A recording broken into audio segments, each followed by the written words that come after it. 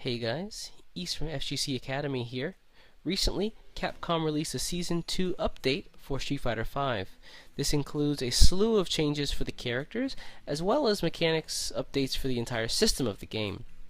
It can be a little bit difficult to sift through the notes that they released, so what we're doing here today is taking a look at some of the more influential changes that you should be on the lookout for Season 2. Let's take a look. Season 1 Ibuki was a character who really flew under the radar for a lot of people. She wasn't a bad character, she just couldn't keep up with the top tier for the most part.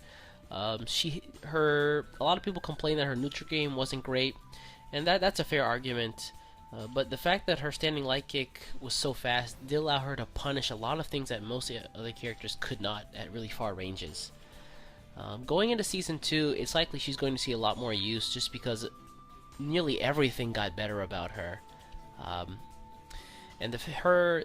Her one crippling point is the fact that her neutral game, or excuse me, her footsies aren't as amazing as the rest of the cast. The fact that everyone's footsies were slowed down means that she's going to have an easier time fighting those characters now. Let's jump right into the buffs together here. Right off the bat, she got a 50 a 50 health increase from 900 to 950, meaning she'll be sticking around a little bit longer. This is also a nice buff because she was one of the only characters who had 900 health and 3 bars for V-Trigger, which really made it difficult for her to get her V-Trigger in some matches. Characters could kill you if you didn't have enough life before they hit their final combo. They could cancel in the super and you just would never get your V-Trigger at all and you'd die.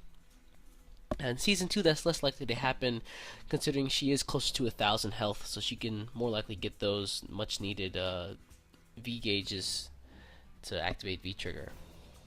Going right down the list, maybe one of her biggest buffs is the fact that standing medium kick saw plus 5 frame advantage on hit now. In the past, it was at 0. If you hit your opponent. Now it's at plus 5, which means you're going to get more combo opportunities off that move.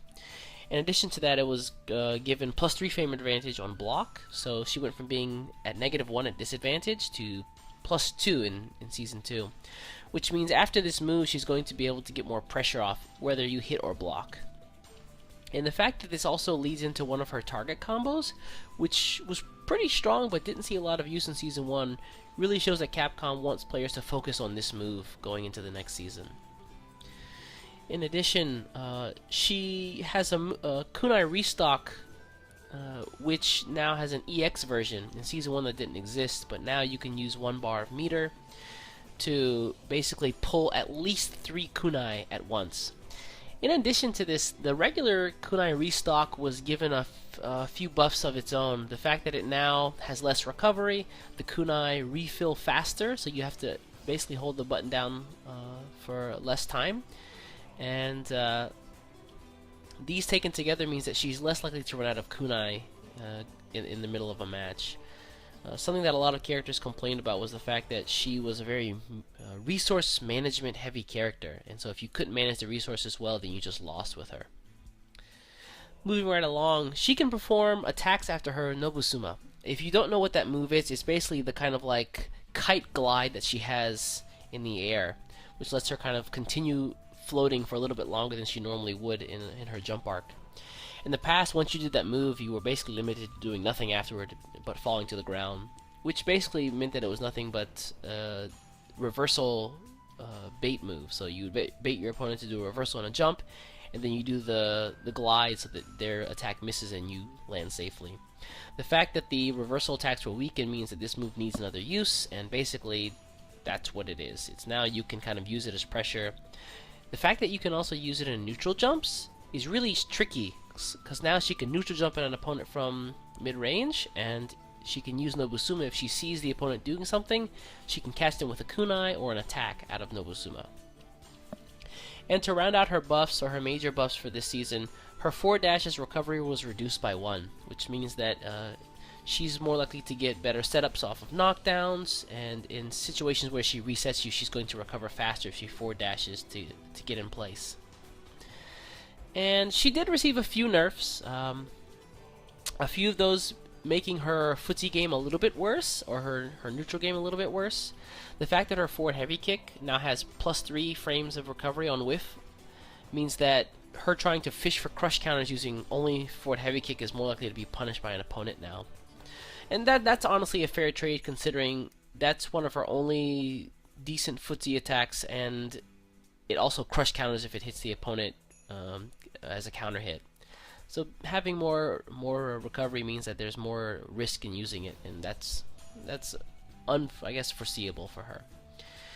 Next, like other characters who saw their supers over 340 points of damage reduced, hers was reduced as well. So she went from 350 to 340. This is a kind of overarching change, so it shouldn't hurt her too much in comparison to the rest of the cast. And finally, her Raida kind of command, or her hit grab, made it so that she got less pushback on block. The move is certainly punishable. However, the fact that it pushed opponents back in Season 1 meant that in some cases the opponent wasn't able to react in time with a move that was fast enough to hurt her or to punish her from blocking a Raida attack.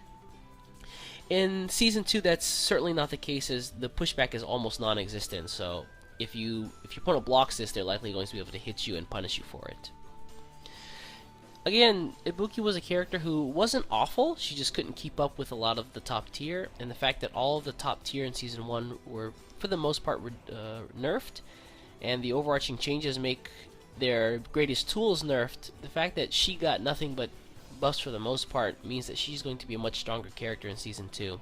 Having more life to get the V-trigger is going to be really strong, having more pressure opportunities and combo opportunities from standing medium kick, and the frame advantage that was granted to that, being able to restock kunai faster and more efficiently using the EX version, and being a bit more tricky with her jumps as far as the Nobusuma is concerned, and being able to attack out of that, are really going to make her a difficult character to deal with, considering she already has a really scary mix-up game.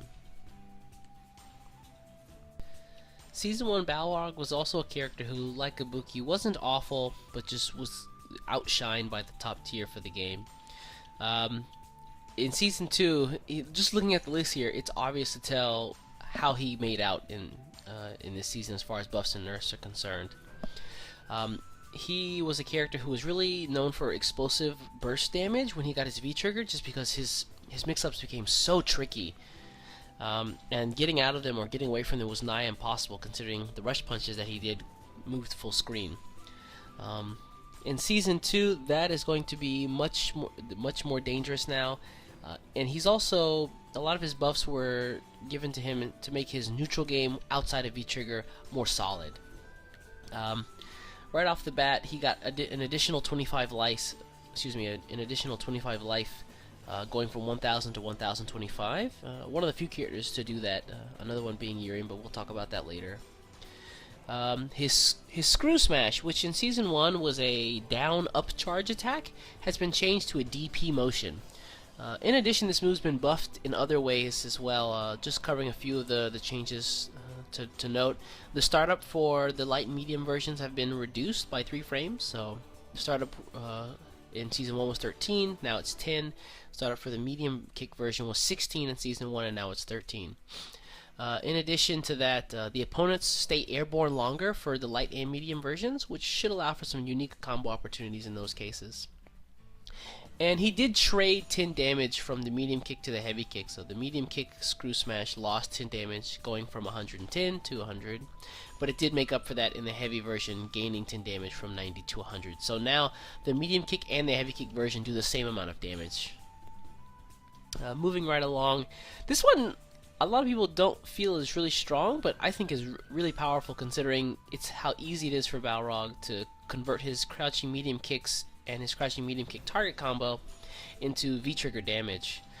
The fact that the first crouching medium kick now hits low means that in situations before where he could do that and he could do crouching medium kick into crouching medium kick, and the second hit was a low where the first was not, now the first hit is a low, so if you get caught at the mid-range with a crouching medium kick, you're likely going to be eating a lot of damage from the activation into his V-trigger afterward into rush punches. Moving along, in Season 1, Crouch Medium Punch really wasn't very useful, just because of the frame advantage it had, being +1 on hit in 0 on block, meant that he really couldn't do much after it except cancel an attack, so it was good as a whiff punish, but as little else. In Season 2, it's been given more frame advantage so that he can pressure more, as well as, in some cases, get more combo opportunity off of a landed crouching medium punch. What this means for Balrog players is now they have more tools in their arsenal to pressure you when they're up close. Continuing on, his standing heavy punch is now a crush counter, which is really scary. Before, most people weren't really afraid of playing footsies with Balrog just because they were weaker than others. The fact that Balrog standing heavy punch is a crush counter means that in footsie range, he's going to be a bit scarier, because if you get hit during the startup of one of your moves by standing heavy punch, he's likely going to get a lot of damage off in this situation.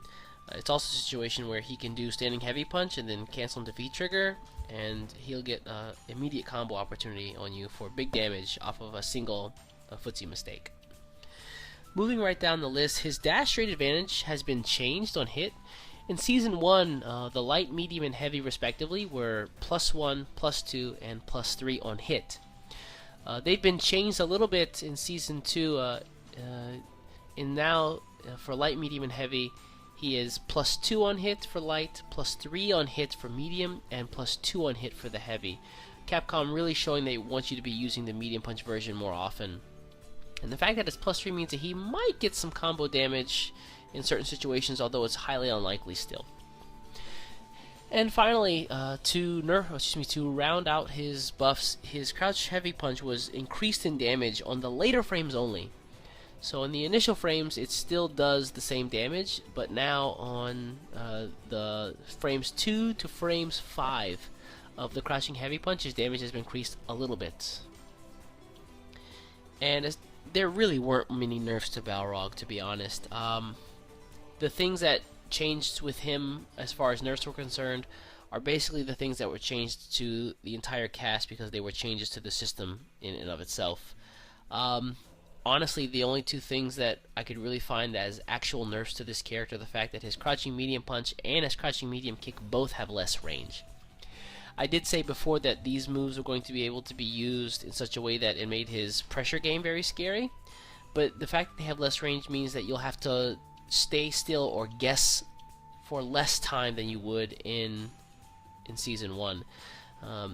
That means he has to be closer in pretty much every situation to get these moves off, which isn't awful against Balrog, but honestly, given all of the buffs that he got, in fact, all of the buffs that he got by far outshine these two nerfs. He's going to be a really strong character. In Season 1, he was known for having incredible burst damage and really crazy and scary mix-ups off of V-trigger, and all of his buffs left his V-trigger untouched and made his normal game stronger. So this is definitely a character you should be on the lookout and a match you should definitely be studying for Season 2. Alright guys, thanks for watching. Let me know what you thought about the changes so far in the comments below.